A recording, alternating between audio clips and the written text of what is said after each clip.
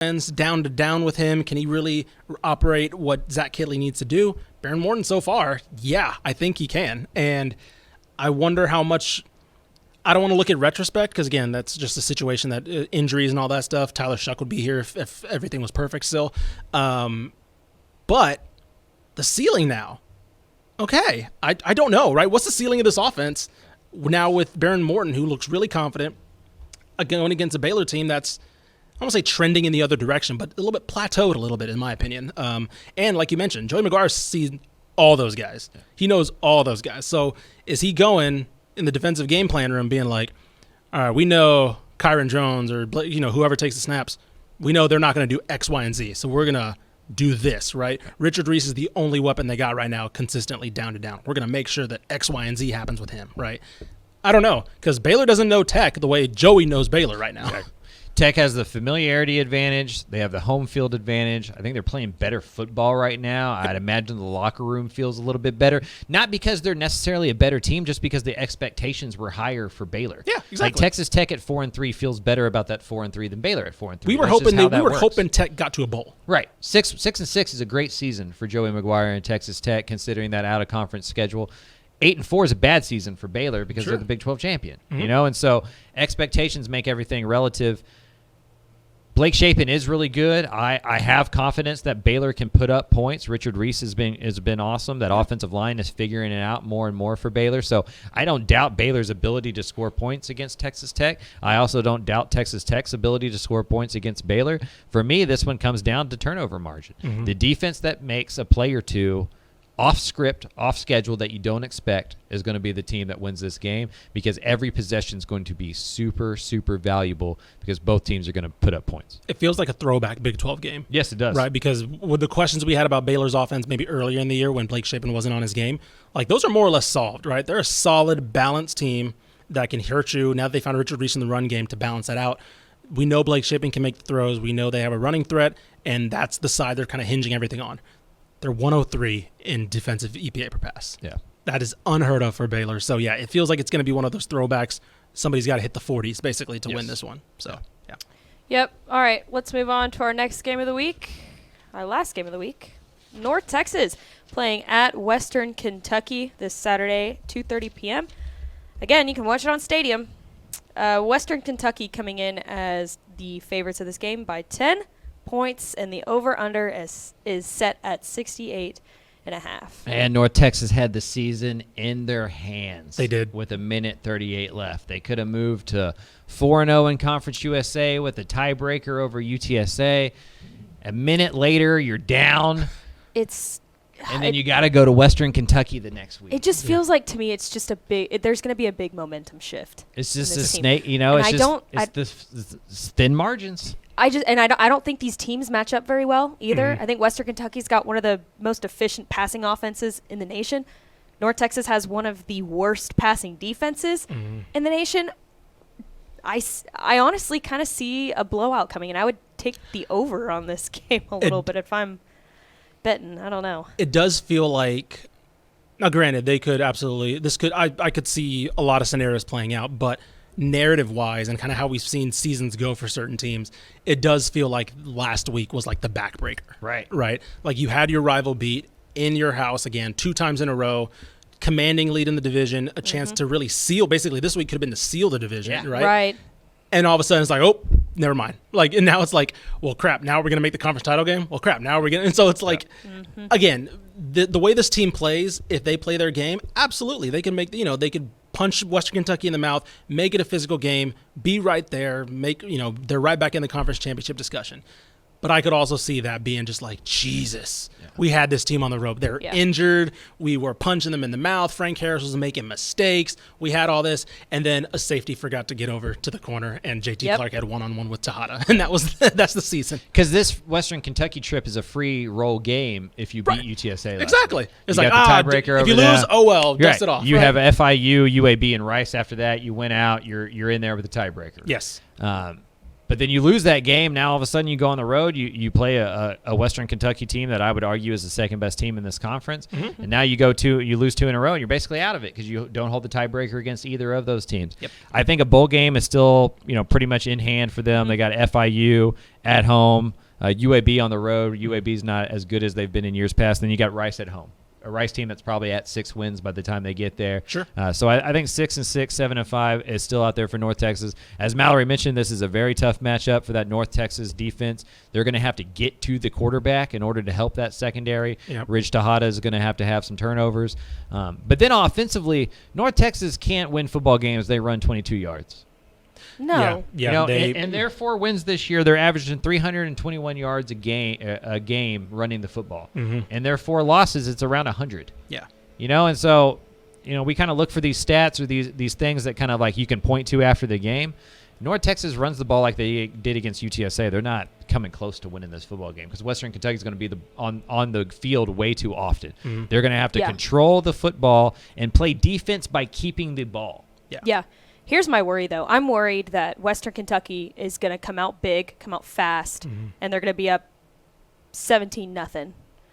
And then North Texas is going to try to get back to that spot, and then Osnani's going to have 30. He's going to pass 30-plus times, right. No, and that's where behind. they get in trouble. Yeah. You can't fall behind. Right. I will say, I think UNT's good enough to where I think if they're down 2 scores, they should stick with the plan A. Right, the run. I think they're good enough defensively to make a stop and get a couple. 3 scores, I think that's where that happens. Right, 17, like you mentioned. I think 17 is that number where, like, that's where I would really start to worry. Trying to, I was about 1 or 2 scores, I think it's good enough, right? We've seen the defense make plays. And so, like, I'm not saying they'll stop them or shut them out, but, like, I think they could stop them for a couple drives, get a turnover here and there, stick with that running game. But the second that hits 3 scores, that's when you're like, well, what's in the playbook? Like, here we go. Let's get vertical. Let's get this. So I think they're good. I think they've proven to be good enough to where if the lead is 10, 14, hold pat, stay pat. We'll figure this out. But once it gets up to that 17, three-score game, then you're like, all right, Osnani's going to have to probably try to win this. And that's when turnovers, that's when 50% completion happens. They're not winning the football game. So they're going to run the ball 50 times this week. I was about to say I think I agree with that. I very much agree with that. Where it's like we're going to go out playing our style. Yeah. If we lose this game, we're going to absolutely be. I think the even top if they're 10 down running 17-0, Seth Luttrell keeps running the football. Like sure. Because they know throwing it doesn't work. I was about to say, like if you're a fan, you'll probably be like, oh, but it's like, no, that's how they got to win. Like that's how that has to come back. If you got to come back, that's and how you're it just has to proving be. a point. Sure, yeah. This is the way we play football. Right. You're proving a point to your roster. Like this is how we play football. Like we are a physical football team. We were embarrassed last week. Yeah. Not on the scoreboard, but in the toughness challenge against UTSA. Yep. Yeah. The Roadrunners beat them up front. Beat them up. Seth Luttrell's not built like that. Right. He's not somebody That's a who's good going point. to take Yeah. losing a fight very well. Right. In real life and fake life and any of that kind of stuff. Like he's just not that dude. Right. So they're going to come out and they're going to punch Western Kentucky in the mouth. And that may not be enough, but they're going to absolutely do it. Right. Yeah. It's a good I will point. say I'm looking forward to that Rice game at the end of the year. It could be a big It's one. gonna be bloody. It's could gonna be bloody. Just a big bloody brawl. And depending on how things A lot go. of turnovers, baby. A lot of interceptions thrown, I'm sure.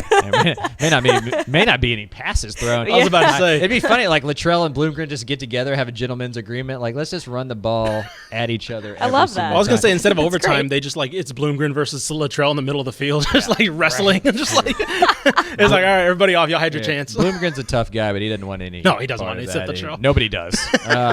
But there is a scenario where Rice and North Texas are 5-6, both 5-6 going into that game, where it's like winner gets to bowl game, loser their job. probably Winner keeps their packs job. up some boxes. Yeah, that'd be a fun matchup. Let's hope for it. All right, let's get into the wide zone. Yes. Congratulations, Craven. Thank you. Every week. It's just a bit now. I almost cussed turned at you, Mallory. It has turned into a bit. almost cussed. Do it right now. That was as close I'm as just I've kidding. got. Our sponsor, North Texas Honda Dealers, is what keeps Craven from cussing on the show. Hey, did you end up hearing my my intro to ROF on Sunday? I did not. I said, what did I say? I said a show that has committed far less penalties. You almost committed a penalty right then and there. Than Texas had in one game or something because they had like 14 last week. I but did. I We'll was talk about almost that. I thought drawn it was- offside. You're almost drawn offside. Anyways, let's get in the wide zone. TCU playing at West Virginia this Saturday at 11 a.m. You can watch it on ESPN. TCU coming in as 7.5-point favorites. The over-under is set at 69. Nice. Home team West Virginia has been much better than road team West Virginia. That is a good point, yeah. That is a And weird so point, but yeah.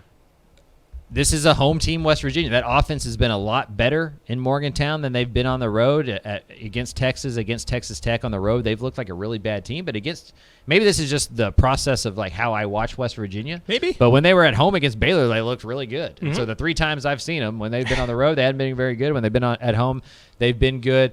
It's easier, that offense is a lot easier to communicate and do that kind of stuff when you're not dealing with crowd noise. I don't know. I keep waiting for this TCU team to like crash down to earth, but Sure. like maybe that's just not what they are. Like this could be just who TCU is as a football team at this point. Yeah. 7-0, cruising along, should win this football game. Max Duggan playing great. That running, I feel like we don't talk about the running game enough. Sure. Like Max Duggan and the defensive improvements and just the freak show that is Quentin Johnston kind of dominate the rule of 3, right? Like there's that rule of 3 that we can only talk about 3 things for a football team at a time. That Kendra Miller and that running game, that So offensive good. line has been so good that it's allowed Max Duggan to take this step in his career that we've never seen before. I agree. I think with this game, the thing I'm interested in is now that TCU, we're about to hit November, 7-0. There's a little thing that comes on Tuesdays that I think starts to creep into that locker room a little bit. It's the college football playoff. Yeah, I thought we were going to talk about Sonny and his November struggles. No, I'm not. Look, at this point, we thought it was September Sunny, and he's winning outside of September. So, like, at this point, you have to start looking at they're the last unbeaten team in the Big 12. Mm-hmm. They have the resume. There's not a Pac-12 undefeated team. There's not a Pac-12 undefeated team. Those first rankings come out November 1st, next Tuesday. And I think that's going to be something in that locker room that's percolating, right? They're not used to it. Exactly. And, we don't know what they could, I'm not saying they will, but, of course we know these rankings are weird, and me and Craven have talked about frustration with them in general. They could come out next Tuesday and be 4, right? Because that's how rankings work. There's no common sense to them, right? They could be 4, they could be 3 for all we know, right? They could just be like, yeah, I like TCU. They're in the playoff. And it's like, oh, now you go from a season where it's like, I don't know, we probably win 7-8 games to we're in the playoff now. Yeah. And now you're playing with that expectation potentially. At the very least, they're probably 8th, I'd assume, in the first rankings coming out. And ever since when those playoff rankings come out, that's all that matters, right? Nobody pays attention to AP poll anymore. Nobody pays attention to coaches poll anymore. So then the spotlight turns, and what was a cool story, TCU, game days in Fort Worth and all that stuff, now it starts being like, okay, here comes the big spotlight, college football playoff. And I can't tell you that Sonny Dykes knew he'd be walking into that come November, right, when he took the job. But I can tell you these players probably weren't like, yeah, we can win a national title. Yeah. But you're living in a world where they're playing for one if things go right. So that's my worry, right? I'm not as much worried about Western. I do agree that the road thing is very weird and kind of interesting. But I think they'll take care of business here. But now it starts to be like, all right, do they try to maybe do we get to the style points thing, right? If they're up big on West Virginia, do we just keep the pedal down because the rankings come out Tuesday? Well, I think being undefeated is enough. Sure, that's fair. If you go undefeated through the Big 12 with the lack and of win undefeated teams championship now, game, right now, it'll be enough. Because if you lose one, it won't be. Right. The yes. perception of the Big 12, the perception of you as a program, 11-1, 12-1, not good enough to get into the college football playoff unless Clemson loses a game, Ohio State loses a game. Right. That's not Michigan. Maybe Alabama loses a second game. Anyway, you're going to have to go undefeated to beat TCU. Yeah.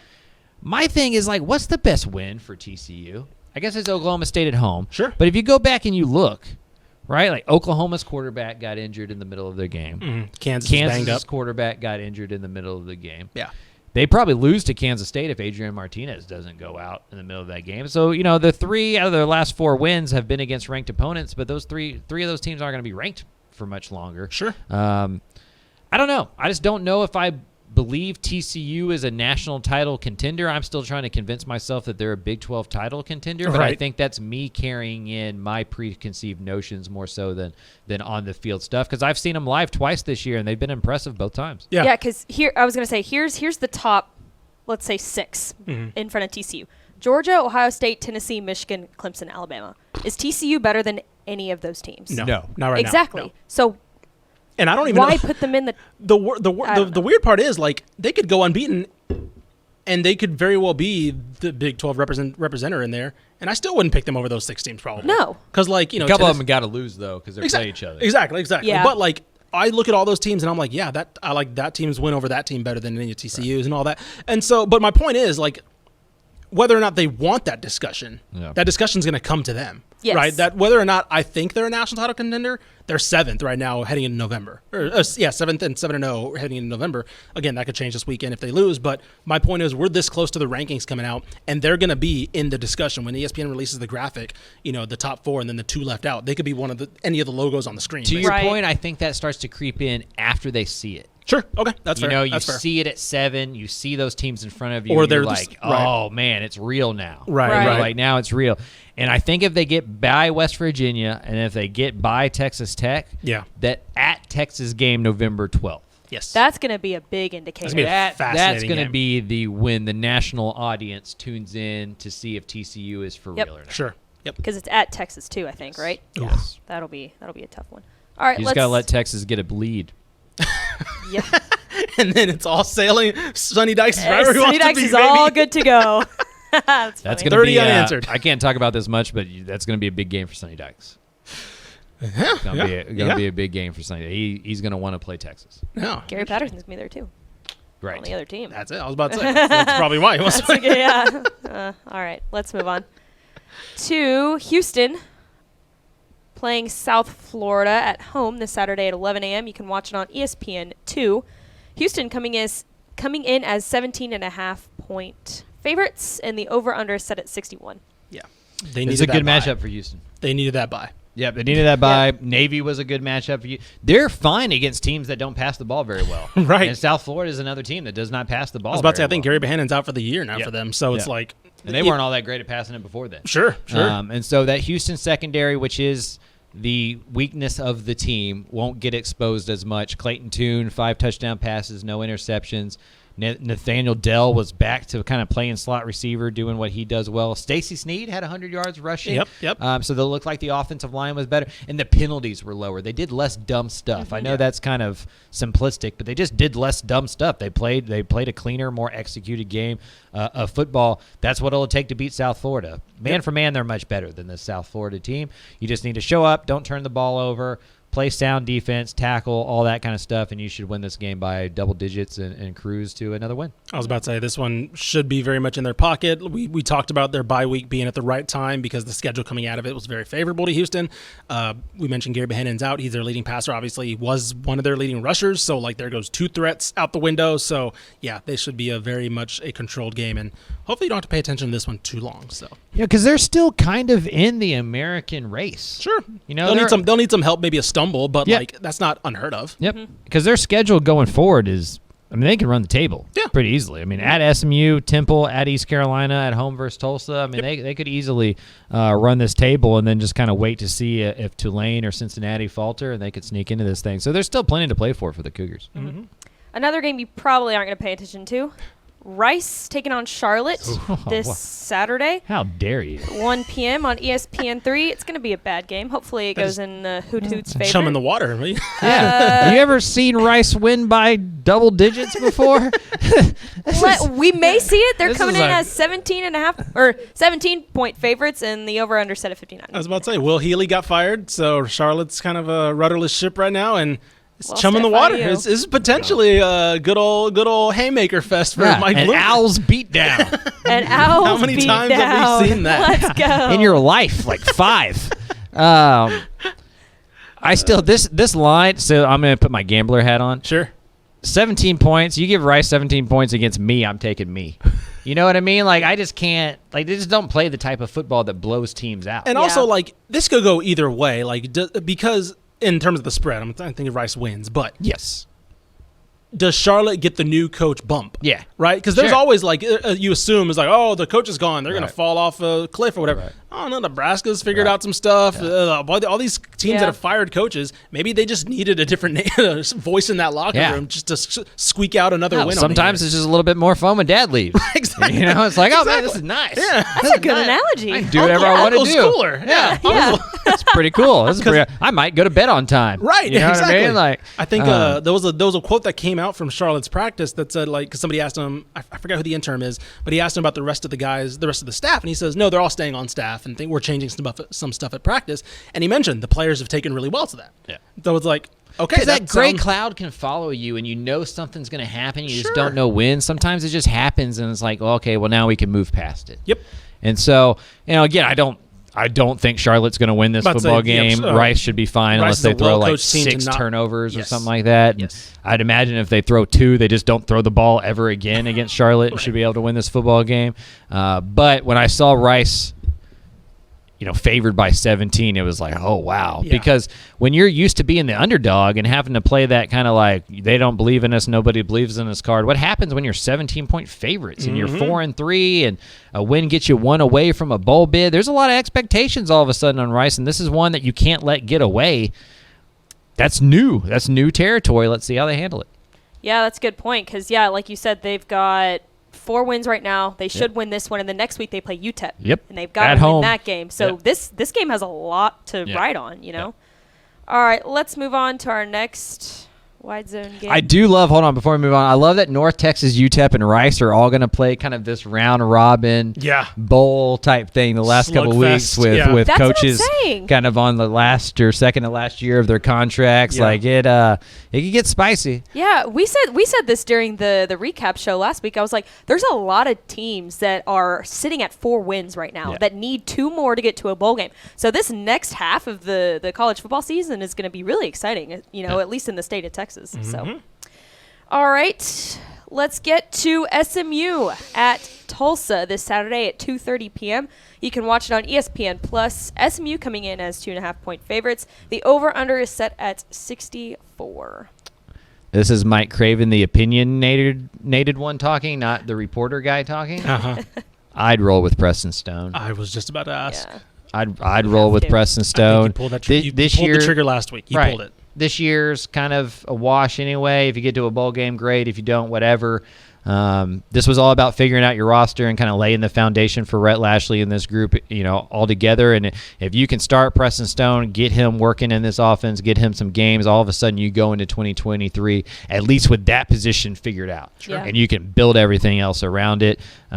This feels like an important game for the Mustangs, though. You lose this game, and it does feel like the season's basically over. Yeah. But you win this one, there's still stuff to play for. You can go get a bowl game. You can figure that out. Because remember, SMU's had their last 2 bowl games canceled. So none of these guys have gotten to actually go and experience that stuff with kind of COVID behind, in the rearview mirror, whatever you want to believe about that. But just like in general, that's not as much of a concern anymore. You're going to have more bowl games this year. There's not going to be as many canceled as in years past. So if you're SMU, you want to win this game just to keep spirits up in the locker room and to continue to have stuff to play for. But for me, the biggest storyline is what you do at quarterback. Do you hang on to the guy who's shed blood for you and who's done a lot for you, who's stuck around for a coaching change, and Tanner Mordecai deserves all of that credit? Or do you go with the guy who you think is going to be the starter next year and you just go, hey, let's get a little head start on this? Yeah, I think that Joe Hoyt tweeted out that Tanner Mordecai is still recovering, obviously, from the concussion last week. He was at practice in pads, so, it is Wednesday, so I don't know. He could very well pass protocol and be fine to play Saturday, but I agree. You pulled the ripcord, right? We wondered heading into the year if they'd stick. We assumed he would stick with Mordecai just based off last season, and also to me personally, I think once you pull the ripcord, and we'll get, we had a discussion like that last week when it came to Texas, right? When you pull the ripcord on a quarterback, to me, you pull it in favor of the guy that you know is going to be there. Yes. Right? Because you don't pull it for the guy that's potentially going to leave or going to graduate or whatever, because you're managing, whether or not you say it's soft or whatever, you're managing emotion, right? You're managing somebody else. So if you're Preston Stone, you prove last week against a really good defense that you can hold your own, right, in spot duty. You come in without a week of prep with the ones, and you look pretty okay. Now you show that, and then let's say Tanner Mordecai doesn't practice all week, but then clears protocol, starts Saturday. And you're like, oh, geez, maybe he doesn't like me, right? Maybe I'm going to transfer, right? And you always pull, you look at what Tech did. You look at what Texas did in the offseason by announcing Ewers as a starter over Hudson Card. You pull the trigger on the guy that you think is going to be the guy for multiple years because that's the era we live in, right? If you make somebody upset, they're going to be like, all right, cool, bye. Like, you know, Right. Just like with Tech, they pulled the trigger on Baron Morton, and they know Baron Morton's going to be here next year, right? Yeah. It might not be Tyler Shuck, might not be Jonathan Smith, so we can't necessarily go back to those guys. We know Baron Morton's going to be here if he's the starter. So that's where I'm at. You pulled the trigger. Preston Stone was a highly touted recruit from that Sonny Dykes era. You keep him there. Red Lashley knows who he is. We're obviously recruited him as well. You stick with that. So And beyond the concussion stuff, they're 1-4. Yeah, in it's their like last you're not- 5. I was about to say, you're not- Now's the time to do it. Shake it think- up. I was about to say, the thing about, I think Tanner Mordecai is a good quarterback, but I think we're seeing a ceiling with this team with him, Yeah. right? If he does not have maybe the running game to balance out what he did last year, that dynamic, insane, deep backfield, he probably isn't the guy that's going to shoulder an offensive load, which isn't bad, right? That's saying he's a good college quarterback that's not transcendent, right? You potentially have someone who's recruited as transcendent. Let's see it, right? Let's see if he can do that. Let's see if you have a Baron Morton type performance in Preston Stone. Right. And by the way, 2022 has been a pretty good advertisement of Sonny Dykes knows what he's doing. Man, right? You know, everywhere you look, you're like, maybe Maybe he knew something. maybe the Cal thing we should just throw away. I was about to You say. know, like maybe that wasn't like a real indicator of who Sonny Dykes is as Sure. a coach or whatever. Yeah. Yeah, look at La Tech. I mean, Skip Holtz kind of kept the ship steady there, but Sonny Dykes had them Right. double-digit wins. Yeah. So, yeah. All right, let's get to our last game of the week. UTEP playing Middle Tennessee at home this Saturday at 8 p.m. You can watch it on ESPN+. UTEP coming in as 1.5-point favorites. Over-under set at 52.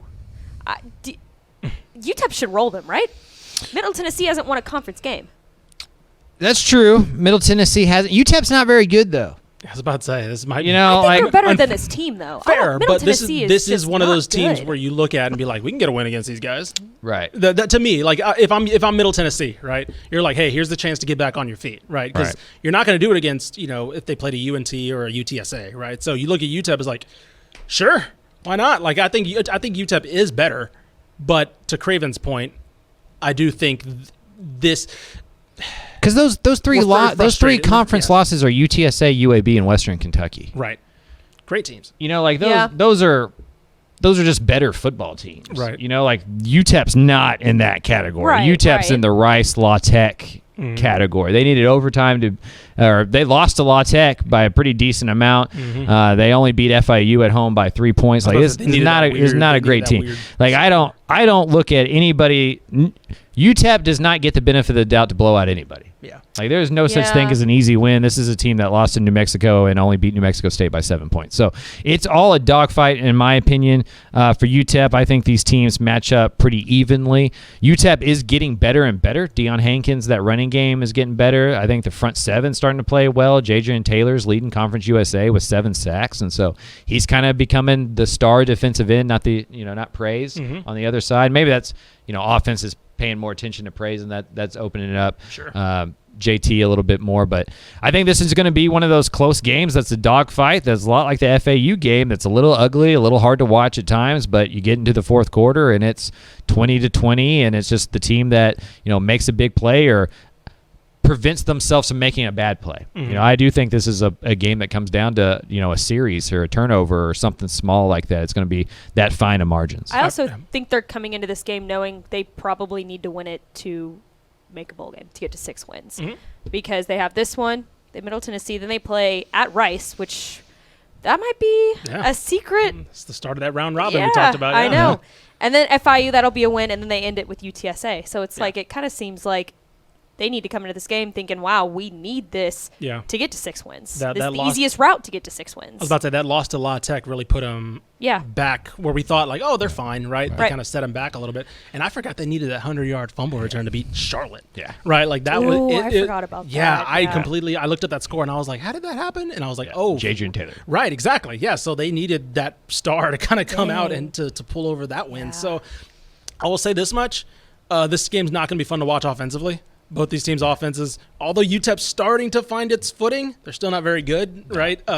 Middle Tennessee's offense is not very good. I believe they're 123 and 123 and 87 in rushing and passing EPA. Yeah. Rice 41 in rushing, but 109 in pass. Sorry, that's defense.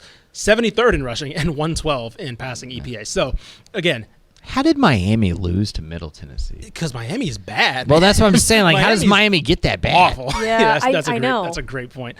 Yeah, we thought Middle Tennessee was on the rocket ship to the moon. Yeah. You went to the A&M Miami game because you thought it was going to be great. Yeah. Like that was going to be a premier matchup, Yeah. and Yeah. then now they're Both out here stink. losing to Both- Middle yeah, Tennessee. both stink. I was up till 3 o'clock in the morning for that.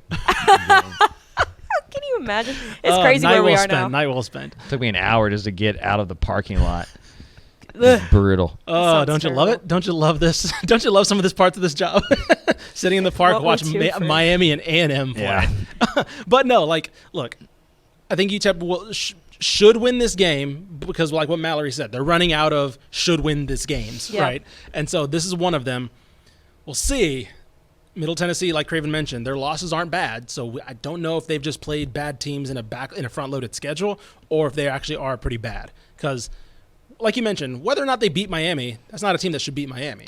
Yeah. So there's some kernel of something in there, Right. right? Yeah. Whether they got to resuscitate it or what. There's a little kernel of something that maybe just needs a little electric That's a good jolt. point. Because if you're like Yeah. Middle Tennessee, right? Like, I know we're not a Tennessee podcast. Yeah, yeah. I'm sorry for this. Oh, I was going to get into the Knoxville recruiting area. But you know, That's fine. you're at UTEP, then you're at La Tech, then you're Charlotte, then you're FAU, and then they're FIU. Right. You know, we could turn around and see this team as like a 7-5, 8-4 football team at the end of the year, and just be like that 3-game window was just really hard. Yeah. Yeah. That was just the best teams in the It's country. kind of like what's going Yeah. to happen to Rice at the end of the year. Mhm. You know, Right. some of it's just schedule. Right, You know, like right. when you run into those teams, if you avoid those teams, you know, like It's a good point. North Texas doesn't get Charlotte this year, they're probably guaranteed a bowl spot. Sure, Mm-hmm. sure. You know, it's just Exactly. sometimes it's just luck of the draw or luck of the conference realignment decision. Yeah. Because you can't convince me that UTEP's schedule isn't great because they're not leaving the conference. You just Right. Yeah. I was about to Right. nobody's ever going to convince me Yeah. that there wasn't some tomfoolery going Right. on with their That's funny. schedule. That's a good way to put it. That'll also make that UTEP Rice game next week really interesting because yeah. both need to win it. I mean, can you to get to imagine 6 wins. both teams sitting at 5 wins? That's crazy. You know, That's gonna be fun. I'm gonna be there. I was about to say, yeah, that's Are you gonna be there? Yeah. Oh, nice. Yeah, it's That'll be Thursday great. night, man. It's That's Thursday night. true. There's not a more on-brand Mike Craven thing than UTEP at Rice on a Thursday I night. love it. I love it. That's I mean, fantastic. that's What am I doing on everything. Thursday, That's right? There's a juice land right next to Rice Stadium. I mean, You're in your element. Timmy Chan's right down the street. Like, man, That's great. that man. rules. Yep. All right. To round it all out, we got 3 teams not playing this week, and it's just Texas, UTSA, and Texas State. Who needs to buy the that most out of is- those 3 teams? Ooh, Texas State. I'm gonna go Texas State. It's a homer pick, but Yeah. after those 2 losses have been demoralizing. I'd say UTSA. I think From they a health need it. standpoint, Yes, probably physically, UTSA. yes. Yes, Absolutely, I think UTSA needs it I think more. so. Now, I do want to wrap up with this really quickly. We talked about it in the office a little bit about the quarterback thing with Texas last week. Okay. A lot of people on Twitter were clamoring for Hudson Card, right? Sark, why are you keeping Quinn Ewers in the game? Why are you doing this? Blah, blah, blah, blah. I mentioned it a No. little bit, right? When you name Quinn Ewers the starter, Quinn Ewers is your starter. And unless it's for injury, that's the move you made, right? Because, and you mentioned this, and I'll let you hit on it, what if Hudson Card comes back and wins that game? Right. And then you have another controversy on your hands. And if you're Texas, if a fan, you're probably like, well, good, right? We win the game, right? But Right. I want you to elaborate on this. There is a fear of success. Yes. Sometimes, right? Like, I think the best example of this is Matt Wells at Texas Tech. The reason Matt Wells was fired at Texas Tech at 6-2 or 7-2, whatever it was because what if he won the next 3? Yeah. Mm-hmm. Then you can't fire him. What if Hudson comes in, leads you to 2 touchdown drives, you win at Oklahoma State on the road, and now for the next 2 weeks on a bye week, you got to answer questions on if Hudson Card is your quarterback or if Quinn Ewers is your quarterback, because you will trade 8-5 or 8-4 for 6-6 this year if that means Quinn Ewers is still on campus and gets you to 10-2 or 11-1 next year. Yeah. You cannot risk Quinn Ewers getting disgruntled and bolting. Yeah. And I know that that's not everybody's favorite topic in college football, and that leads to other conversations that, you know, whether you believe them or I believe them or what, it doesn't matter. What is true is these are 1-year contracts. Mm-hmm. And if you leave a guy high and dry or he feels like he's getting played over when you've basically begged him to come to your university, you cannot risk losing that guy. This is not an offensive guard Right. or a safety or something. This is a 5-star quarterback who's going to be a first-round, second-round NFL draft pick. You have to just ride through some bad times. It's just what it is. This isn't basketball where, and we talked about Sark's play calling. I think it didn't do him any services either, right? If Quinn Ewers is off, then just don't throw the ball as much as they did. Yeah, you don't need to throw 25 times in the second half, and you don't need to throw vertically. Exactly. So, obviously in the offseason, lock him and Xavier Worthy in a little booth and make them be able to throw to each other in the dark. But you don't put him in that situation, and it's not basketball where you sit him for 5 minutes, let him cool off, and then come back out, right? Or if he's Steph Curry, you just have him keep shooting. Right? And if he played another position, you could do that. Yeah, exactly. Right. Exactly. But nobody notices when your left tackle misses a drive. Right. They notice when your quarterback. Hudson Card is in, every media, all that stuff, Twitter goes crazy, all that stuff. So, again, I think Sark handled that perfectly. Yep. He took the L. And, again, people are talking about second half Sark again. He's going to take that because he knows – I'm playing for the potential national title quarterback that I have. Yeah. Right. They're playing to win the Big 12 in 2023. Sure. Exactly. Anything that happened this year was gravy and awesome. And if they're a year ahead of a schedule, fantastic. But especially when you add in the injuries early in the year and stuff, that was Quinn Ewers' 5th start since he was a junior in high school. I was about to say, you just got to let him play. He's on the road. People are like, well, Spencer Sanders has started 4 million. The only Big 12 quarterback in the last 10 years to start every opener of freshman through senior year is Spencer Sanders, by the way. That's crazy. Right? Say, he's a 4-year starter. I was about to say, at this rate, he was playing with J.W. Walsh for all we know. And he's still throwing picks. He's been there so long. Right. Spencer Sanders is such a long-term veteran. This is not a video game. Right. These are human beings that have to evolve in real time, and that takes problems. You're gonna see some step backs, and if this is true next year against Oklahoma State, bench him. Right. Because then you got a guy that's going to be there potentially. Because you got Arch Manning there. Ewers has started for 12 games at that point. He's not the guy. Right.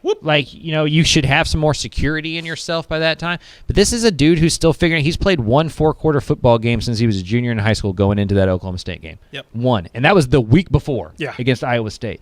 So you just got to live with that stuff, or you avoid it altogether. And Sark clearly didn't. He wanted Ewers there. This is what you get. Yep. So with that being said, quarterback controversies will continue to be a thing. Just remember to know what these coaches